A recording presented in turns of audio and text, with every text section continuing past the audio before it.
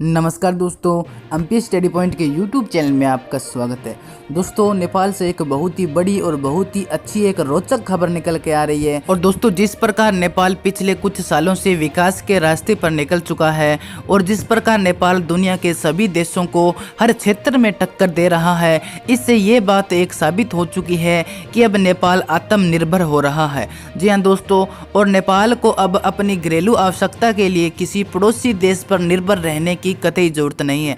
आत्मनिर्भर यानी नेपाल हर चीज का उत्पादन अपने ही देश में कर रहा है और उसे अन्य देश पर अब निर्भर रहने की जरूरत नहीं है। और इसी कड़ी में नेपाल को अंडे और मांस के क्षेत्र में, यानी हम एक प्रकार से कह सकते हैं कि खाद्य क्षेत्र में बहुत ही बड़ी उपलब्धि मिली है। तो क्या है पूरी अपडेट और नेपाल ने यह कीर्तिमान किस प्रकार प्राप्त किया, पूरी अपडेट मैं आपको बताने वाला हूँ। और इससे नेपाल को कितना फायदा हो रहा है ये भी मैं आपको बताऊंगा, तो वीडियो के अंत तक बने रहें। साथ ही अगर आप इस चैनल पर नए हैं तो चैनल को सब्सक्राइब करके बेल नोटिफिकेशन ऑन कर लें, ताकि इस प्रकार की प्रत्येक अपडेट आप तक पहुंच के सबसे पहले। तो चलिए शुरू करते हैं आज का वीडियो। तो दोस्तों, पिछले कुछ सालों से नेपाल जिस प्रकार हर क्षेत्र में अपनी छाप छोड़ रहा है, तो चाहे वो जीडीपी का मामला हो या हो किसी बड़े प्रोजेक्ट की बात, नेपाल ने ये साबित कर दिया कि नेपाल भूगोलिक और जनसंख्या के मामले में छोटा देश हो सकता है, लेकिन विकास के मामले में वो किसी भी देश से पीछे नहीं है, हर देश को टक्कर दे सकता है। और इसीलिए नेपाल ने कृषि में भी सुधार किया। कृषि को आधुनिक बनाने के लिए नेपाल ने एक बड़ा काम किया। इसके अलावा कृषि में उत्पादन क्षमता बढ़ाने के लिए नेपाल ने अपने देश में एक उर्वरक फैक्ट्री का भी निर्माण कर रहा है। इस प्रोजेक्ट पर काम चल रहा है ताकि जो कृषि है नेपाल की, उसकी उत्पादन क्षमता बढ़े, फसलें अच्छी हो, उससे नेपाल की जीडीपी और आर्थिक स्थिति में काफी सुधार आ सके। और इसीलिए नेपाल अब अंडे और मांस के क्षेत्र में आत्मनिर्भर बन चुका है। तो दोस्तों, खाद्य और कृषि संगठन ने 48 इकाइयों में विकासशील जो देश है उनमें प्रति वर्ष प्रति व्यक्ति कितने अंडों की जरूरत होती है, इस बात का निर्धारण किया है, जिसमें उन्होंने बताया है कि प्रोटीन के स्रोत के रूप में किसी व्यक्ति के लिए मांस की आवश्यकता 14 किलोग्राम है, वो भी प्रति वर्ष।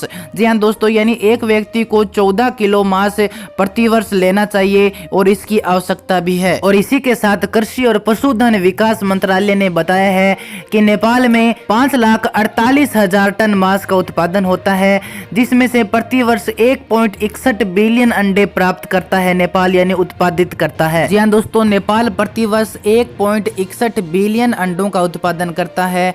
और अब इस मामले में नेपाल, यानी अंडे और मांस के मामले में नेपाल आत्मनिर्भर बन चुका है और उसे अब अन्य देश से या फिर हम कहें तो पड़ोसी देश से अंडे और मांस का खरीद नहीं करना पड़ेगा। और इसी के साथ खाद्य और कृषि मंत्रालय ने यह भी बताया है कि नेपाल प्रति वर्ष अंडों से 17 अरब अमेरिकी डॉलर प्राप्त करता है। और नेपाल में मुर्गियों का वाणिज्य उत्पादन देश के 77 जिलों में से 64वें में रहा। और इस व्यापार में, यानी मुर्गी, अंडे और मांस के व्यापार में कुल 55,871 व्यक्ति लगे हुए हैं। और ये लोग इस व्यापार से अच्छा खासा रोजगार भी प्राप्त कर रहे हैं। और माना जा रहा है कि नेपाल ने व्यावसायिक चिकन उत्पादन का यह काम 1974 में शुरू किया था। और नेपाल के जो लोग मांस और मुर्गी पालन में लगे हुए हैं, वो इनसे अच्छी खासी कीमत भी प्राप्त कर रहे हैं। और कहा जा रहा है कि नेपाल इस मामले में और भी बढ़ोतरी कर सकता है, इसकी भी पूरी उम्मीद जताई जा रही है। तो दोस्तों, यह नेपाल के लिए अच्छी खबर है कि नेपाल अब धीरे धीरे करके आत्मनिर्भर बन रहा है और हर क्षेत्र में, हर बड़े प्रोजेक्ट में बाजी मार रहा है